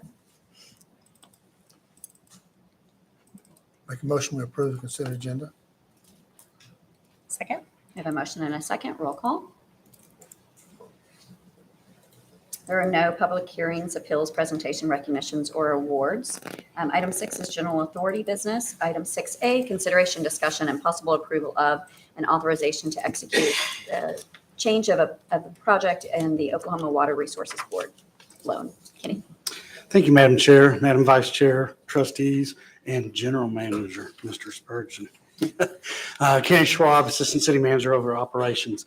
So the item before you is consideration and discussion and potential action on actually changing one of the projects that we had listed in our OWRB loan package. And it's already moved to OWRB. As you know, virtually every year we'll put in projects for the Clean Water Drinking Act, or the Clean Water Act and the Drinking Water Act. And both of those are loan programs that go to OWRB. One of the projects that we have listed on the drinking water, so that's our water system, is putting in a booster pump station up at Battle Creek. The big ground storage tank on the north end of town at Omaha is a 5 million gallon tank. It's been there since 1999, and it's probably not a surprise. We've talked about it. We've had problems turning the water over and getting the demand, the usage on that system. So we've been analyzing this for really, I'm going to say probably the last 4 or 5 years. What can we do to improve it? Because turning the water over is a disinfectant issue. We want to make sure that we're not losing that residual in there. If you don't turn it over quick enough, you have a problem that you can actually have to dump the water. It's such a big storage tank up there. We had looked at having a pump station that would draw out of it and go directly to the First Baptist Church tank, the elevated tank. We finally had some modeling, some really detailed modeling on it that ended up showing that doesn't solve your problem. You're not turning over all 5 million gallons in a quick enough time. You're actually only turning over about 1 million to 1.5 million over the course of about a day or so. That's not quick enough for us. So staff came back together. Unfortunately, we only figured this out the day after we came to council and got this project put in for the loan. So we had a meeting with our consultant, Garver Engineers, did a fantastic job on this. And through that, we had some discussions about, I don't want to use the money here. We'll finish up the design and put it on the shelf, and maybe one day down the road, this actually solves the problem future down. But today, it's not the solution. So through that, we actually looked at the projects that we had. One of them was potentially bringing water over from Uwal. We're not quite ready for that. We need to go ahead and go through that process. So the next best project, or the best project that we had identified, was actually constructing the water storage tank elevated on the south end of town. We own the property, as you well know, right there on Lynn Lane and New Orleans on that northeast corner. It's about 11, 12 acres. That's where we have sited in a new elevated storage tank, very similar, a little upgrade in, it's called a composite tank. So it actually looks nicer than just the steel tank at New Orleans. But that tank is already designed. If you've driven down there, you've actually seen us doing some water line work. That it's actually getting ready for us to move forward with the construction of a tank. So the project that we would like to switch out is, instead of that 6.13 million for the Battle Creek booster pump and all of that work up there, it's almost a wash. We'd like to go ahead and move forward with this tank project. And ORB is already on alert, waiting for our decision here at the authority. Be happy to answer any questions that you may have. And up there, they just showed it. It's the second one down, that $6,130,000 project. Any questions? No questions. Okay. I'll make a motion to approve and authorize to execute the change of a project. Thank you. Second. I have a motion and a second. Roll call. So does that mean the construction on that tank will take place when? We still have a little bit to finish up on design, but we should be able to move to the bidding process early next year. So we could get to construction pretty soon. Obviously, we'd want to make sure that the public is well aware of that, because all of a sudden you look outside and you see a 180 foot or 187 foot tall tank. You may have some issues. And that'll help the water supply in the southern part of the city too, is that correct? Yes, yes. Right now, when you think of the south part of the town, we really only have the elevated tank at New Orleans, so only 1 million gallons there. This right now would probably be about 1.5 million, upwards of 2. We're not sure on the size, so that's the fine tuning of the design. Okay. Thank you. All right, thank you, sir. Any remarks by the governing body members? City manager? Just a question, is that when we actually put that elevated water tower, depending on what it faces, I mean, would that be an opportunity to put the New Orleans Square logo on that, facing that way? Because obviously it's not cheap to do that when you're building a storage tower or you're rehabilitating one, is the time to do it. Yeah. So, put it a mile away from New Orleans Square. well, I mean, we could actually bookend them. You know, I mean, really. To the one. Well, we I have know, to, I we have get to it. rehabilitate that. I have get nothing. it. I just No, think it's. I like it. But I'm thinking the logo. picture of the Ward 4 city councilor that sits down that way. That's true. Just saying. I'll vote for that. I have nothing here. I Okay. don't want to see that every time I drive by. Talk about fat. We have no executive session. I'll entertain a motion to adjourn. Motion to adjourn. Second. I'll second. Not I'll do either one. A motion and a second. Roll call. I'll vote yes. Call the Broken Arrow Economic Development Authority to order. Roll call.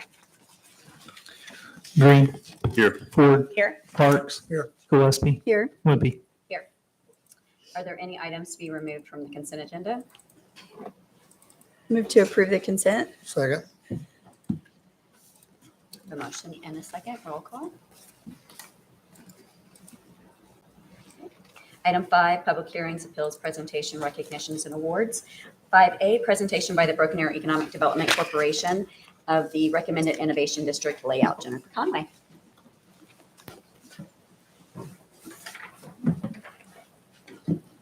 Me. Mayor, Vice Mayor, councilors, city manager. I'm back as promised from last week Thank you. or 2 weeks ago to give you the next major steps in the innovation district. As you may remember, at the May 2nd city council meeting, council did approve for the Broken Arrow Economic Development Corporation to contract with Beck Design to complete a feasibility study as well as a design of a master layout for the Innovation District, which is slated for the 90 acres parcel purchased by the city near the intersections of Florence and Olive. After a few months and many, many meetings, Don Beck and Anthony Mead with Beck Design will present here tonight an executive summary of the findings of the feasibility study of the Innovation District done by Hunden Partners. Now, Hunden hopefully will come back in October and do an in-depth. They will also present the financial findings of what is forecasted to be the return of the Innovation District with that investment. Looks like we want to give that a good chunk of time. So tonight we're going to do an overview so that you can understand the foundation of what the master layout is about, and because it is crafted based off of the recommendations of the Hunden Partners feasibility study. All the core components of the phasing presented in tonight are based on the recommendations from Hunden Partners. After Beck Design presents this executive summary from Hunden Partners, they will present the proposed Innovation District Master Plan layout. The master plan layout will provide us with a much needed roadmap for development and the recruitment for the BADC and city staff.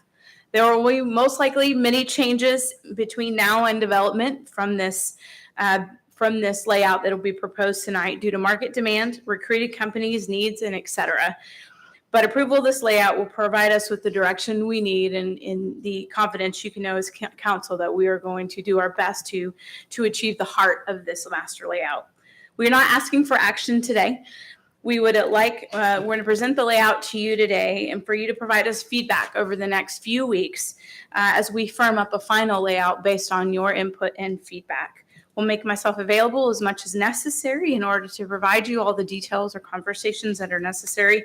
But I do want to note that both the layout and the feasibility study have been approved by the Innovation District Committee as well as the Broken Arrow Economic Development Corporation Board of Directors. So we'll get started in the more fun part of this. So I'd like to ask Don Beck and Anthony Mead to please come forward.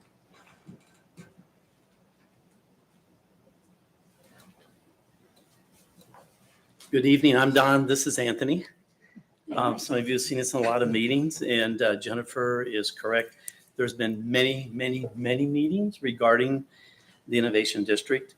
We work on a lot of projects all through the U.S., about 25 states, and it's unusual for us to get the amount of input that we did here at Broken Arrow, which helps the project significantly. You know, a project is only as good as the information it's based on. So we've had a lot of input. We've had great input from both Jennifer Rush, Jennifer Conway, Kenny's group. The engineering has been really strong. Great input on utilities, setbacks, road widths. So the engineering group here in your city has been fabulous to work with. Ted, who headed up the committee, was wonderful. Nick has been helpful. I mean, you've had so many people. Your chamber is really, really strong on pulling all the people together. I mean, we've talked with developers, private owners, landowners, retail folks. So we have a ton of input. It's almost like stimulus intake overload. But it was good. It was better to have too much and not enough. So I'm just going to touch briefly on what Hunden does. And as Jennifer mentioned, they will be here on October 17th. Not maybe, but for sure, we're counting on that. We're going to get them here so they can go into much, much more detail about the financial impact, the return on investment that you're making. But the Innovation District is not like a typical standard office park. It's really a live, work, play. What we're looking for, what we want to pull in are startups, high-tech companies,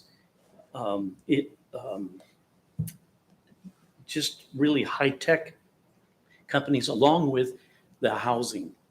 And so there's a we're supposed to be going through some slides while we're doing this. I'm not looking at slides, but so there's residential involved, and we want special retail environment that is unique to Broken Arrow. We're not really after a lot of chain restaurants or chain retail, but we want it to be a unique, special, walkable space. So that's what's really important. Anthony's going to touch on some of the preliminary layouts, but everything that you're going to see tonight was driven by the findings of Hunden. And so Hunden kind of helped right size how much office space should we have, how much flex space and incubator space. And we're not looking for spec office space. That's not successful. We're not recommending that. But you do have if there's a potential anchor tenant. Then we can do build to suit, which is what we're after. So the concept was broken into 2 phases. And the phase 1 has a substantial amount of mass or development to really kickstart the project and keep it going. Phase 1 ultimately ended up calling for 345,000 square feet of Class A office space, 45,000 square feet of flex, and about 245 units for residential, along with other retail and outdoor support space. So, my overview with Hunden is just very brief, but in addition to Hunden, who did the financial impact, we have a group called SWA that helped us working on the financial input, financial costs with looking at the development costs. Where should we put utilities? What do we move and where? Trying to think if there's anything else I need to touch on from Hunden at the moment. I think one of the other big things about Hunden was the identifying the strategy to promote this development matrix successful, and that's having a mix of different amenities. The old model for office parks is no longer successful, which is the diversity of economies and the way the economic forces are shaping up. So having a place that provides additional amenities, kind of that live, work, play, innovate idea, is what really drives these innovation districts and makes them very successful. In part, that leads us to this recommendation, a two-phase recommendation. The first one to kind of create that synergies and give us the density that we need to start promoting the innovation district. And then phase 2 would be adding on to the success of that original development. If we can go to the next presentation. Thank you. So kind of as stated before, what we're going to show you today is not really a finalized product, but what it is, it's a great milestone in which we have now been able to set a framework and set some parameters on which we can continue to build and continue to refine. And we're able to take all of Hunden's recommendations, which are based on leasable square footage, absorption, and what the city of Broken Arrow can absorb and how we can make it even more prominent. So what we've done at Beck Design is started to take those recommendations. We look at it based on constructability, based on sizing those buildings. For every function, we added the needed square footage to make that building function. That's stuff like mechanical, circulation. We looked at parking requirements based on your current zoning regulations, and then try to make a balance in which we are providing the density that's required and that they're recommending, but also make sure that it's easy to access, walkable, and that you're not losing any potential tenants by not having the amenities and necessities for them to thrive. Just one thing I want to point out, what you're going to see is a plan that we worked out with Kenny, the chamber, and all the users that has a tremendous amount of flexibility designed in it. Because what we know today and the assumptions being made today are going to be different from 3 to 5 to 10 years from now.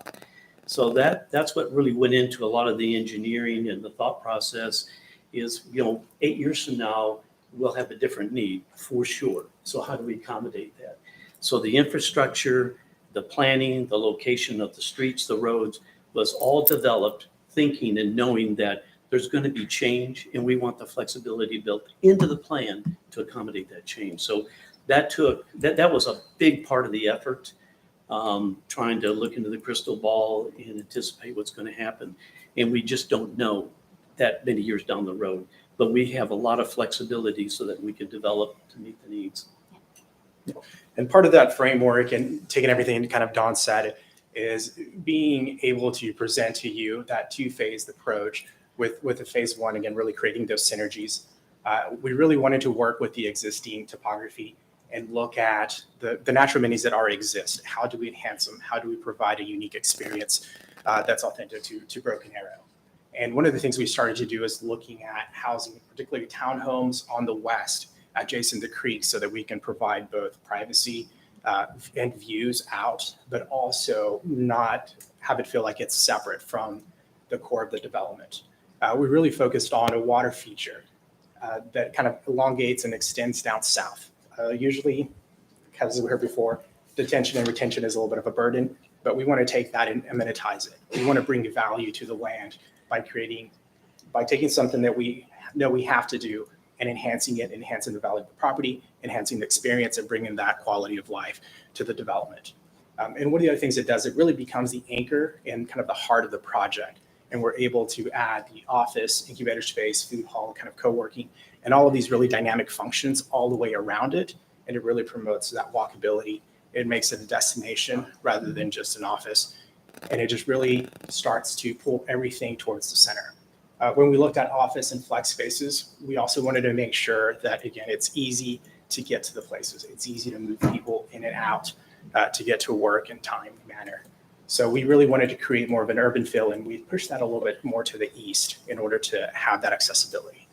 But we also wanted to anchor the development to Florence. So the mixed use retail provides that anchor and that entry point off of Florence, and then brings you down throughout the site.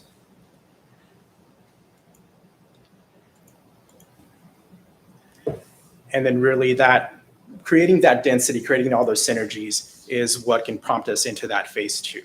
And phase two, again, builds upon the success of that phase one. So we start to add an additional 245,000 square foot of office space, 215 more residential units, a boutique hotel, additional retail, restaurant space, and while allowing enough flexibility for different market-driven demands that can happen down the road.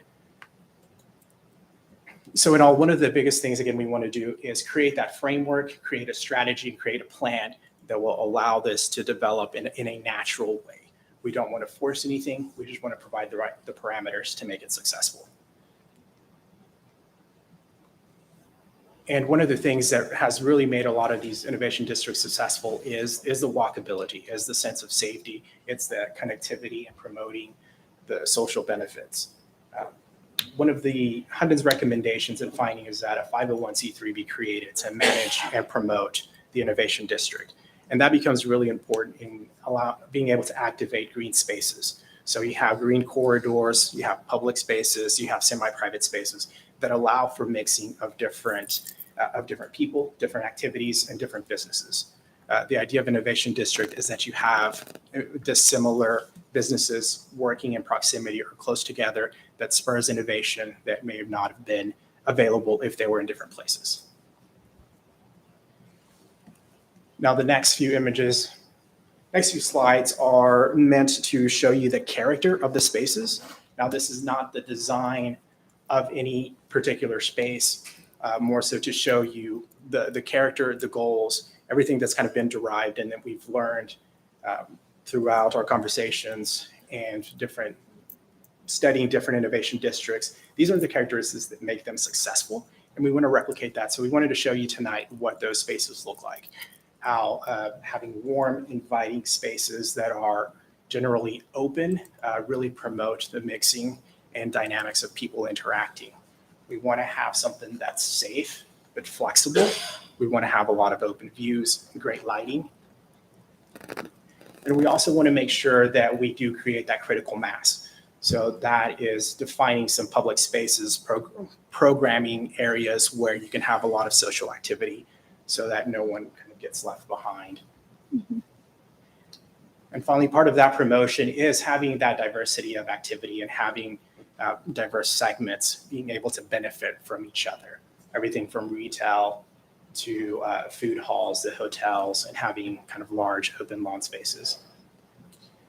And finally, another key component was the residential, having a diversity of residential housing available, everything from multifamily, townhomes, and on the bottom right, live-work units. And a live-work unit being something in which you have a business or an office on the first floor and are able to live on the second floor. And then finally, those water features, creating a different ideas of an urban edge, different characteristics of water allow you to have different types of functions. So everything from walking paths, biking paths, something a little more natural, to something that's a little more defined, a little more urban, something that allows you to have concerts at the park, an amphitheater, have programmed and regularly programmed spaces. And then in between all those spaces, you have a lot of those informal spaces, again, that are meant to promote activation of the space, getting people there, getting people to stay there and hang out, and then patron all the different shops. And this is kind of that last image of showing how all of these spaces allow for different uses to occur naturally. And these areas don't have to be programmed, but are just naturally occur.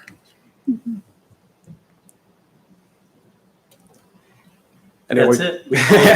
We Thank call you. it show up and throw up. So we, show up and we spit out everything we know in 20 minutes. You did it. Oh, I think we went over. Thank you. But thank you. Yeah. And again, seriously, the input from all the different people that the chambers pulled together is what really drove the design and ended up being the form giver. Thank you, guys. We know how hard you guys have worked, or at least I do, because I've been part of the meetings and such, and you guys have done a fantastic job of collaborating and working with all the different pieces that make this happen. I mean, this is a long time coming, and it was like, I feel like when we saw the final thing, we were like, there was excitement, but it was like, this is really happening. But we let off in May with a 2.5 or 3 day design charrette. So we all came, our team came to the chamber offices, and we all gained, I don't know, about 8 or 10 pounds because the chamber feeds us well. But we camped out and started developing design concepts right then and there. So it's not an issue that we took some ideas, went to our office, whipped something up, and came and said, well, here it is. So you guys in the community, in the chamber folks, and Kenny and everybody else may not realize it, but you guys were really the architects of the project. Our job was just to listen. You know, it's your community, it's your money, and it's your planning ideas. It's not ours. Even though we do have people in the office like Carla who live here in Broken Arrow, we're pretty well vested, but it's for you, and we work for you, and our job was just to listen. But we're very, very thankful, and we feel really lucky that you selected us to work on this project. Because I say work on it, it really hasn't been work. It's just really been enjoyable, and we've loved every minute of it. So, thank you. Thank you.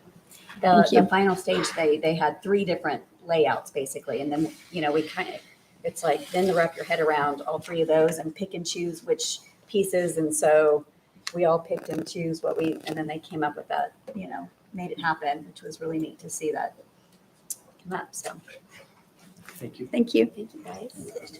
Thank you for your time.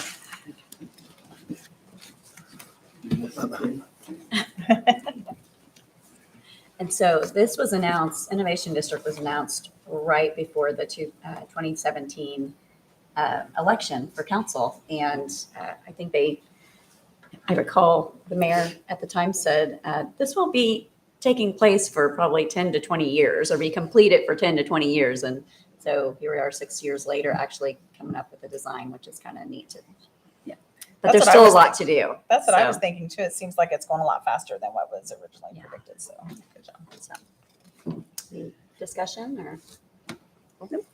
Okay, well, there you go. Do we need to make any?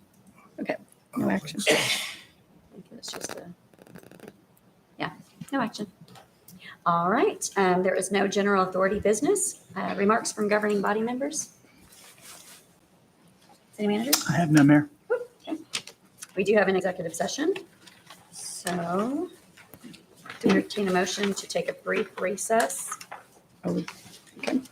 I'll make that motion. Do we need to adjourn this? Are we going to go into executive session? Yes. First? Yes, ma'am. Okay. I make a motion to take a brief recess to go into executive session. Right? Okay.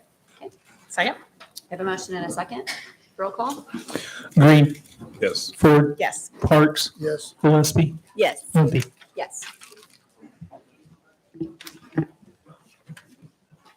So what we're going to do now is I'm going to send 221 meetings for all of you to go over the specific